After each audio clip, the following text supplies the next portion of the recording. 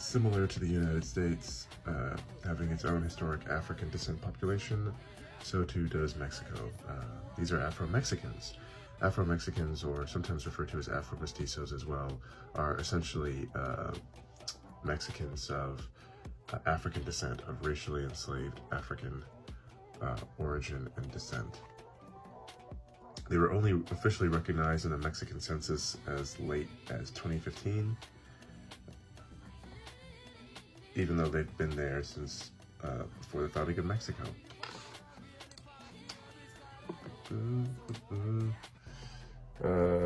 Still something I'm working on. Vincent Guerra, Afro-Mestizo. He was racially mixed between African descent and Mestizo. He was one of Mexico's presidents, and then right below him I drew Gaspar Yunga, one of the most famous racially enslaved African rebellions against the Spanish of Mexico. So there's a statue of him in Veracruz, Mexico to this day. So, integral part of Mexico's history. I could, the overwhelming majority of enslaved African people, of racially enslaved African people, were sent to South America and the Caribbean. When you have that little strip between South America and North America, sometimes called Mesoamerica, and in Mexico, the Afro-Mexican population in Mexico is uniquely small. That's for various reasons. I won't get into all of it, but one of the reasons is just the huge state of the Aztec, the huge metropolitanness. There being so many indigenous people even after the introduction of Western diseases by the Spanish and enslavement of the indigenous population. But in other parts of the Americas, such as South America and the Caribbean, even more racially enslaved Africans were used than in North America. Cuba, did I even put her name? I know who this is. I don't know if I know her name off the top of my head. Oh my god. Yeah, I forgot her name. I gotta find it. This is essentially the racial hierarchy of the majority of Latin America,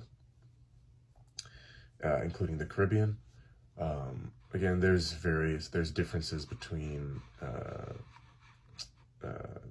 this and like the official casta systems, because the casta system was extremely long. This is a simplified version, but still a relatively, this is still an accurate version. So yeah, this was the hierarchy of most Latin American and Caribbean colonies, of most Spanish colonies.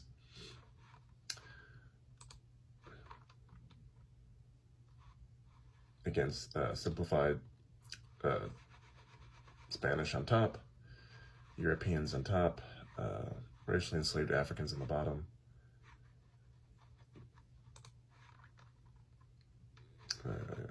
Peninsulares, Criollos, Mestizos, Mulattoes, Indios, Zambos, Negros.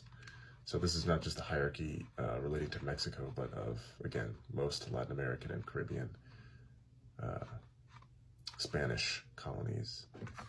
And then you have over here the racial hierarchy of Brazil, which was a Portuguese colony. Again, this is the simplified version, but still relatively accurate. Branco, Pardo, Amarelo, Indigeno, Zambo Cafuzo, there's a reason I put that like that, and Preto, European on top, Europeans, people of European descent, that includes Southern Europeans like the Spanish and Portuguese, including Germans,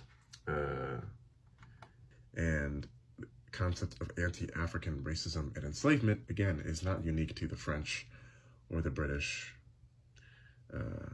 It's found in a variety of European cultures and European colonial cultures, including the Portuguese and Spanish. But that's pretty obvious. If you have it's unfortunately one of the, again, just like North America, it's one of the contributing factors, the major contributing factors to why Afro-Latino ethnic communities and Afro-Hispanic ethnic communities continue to face discrimination.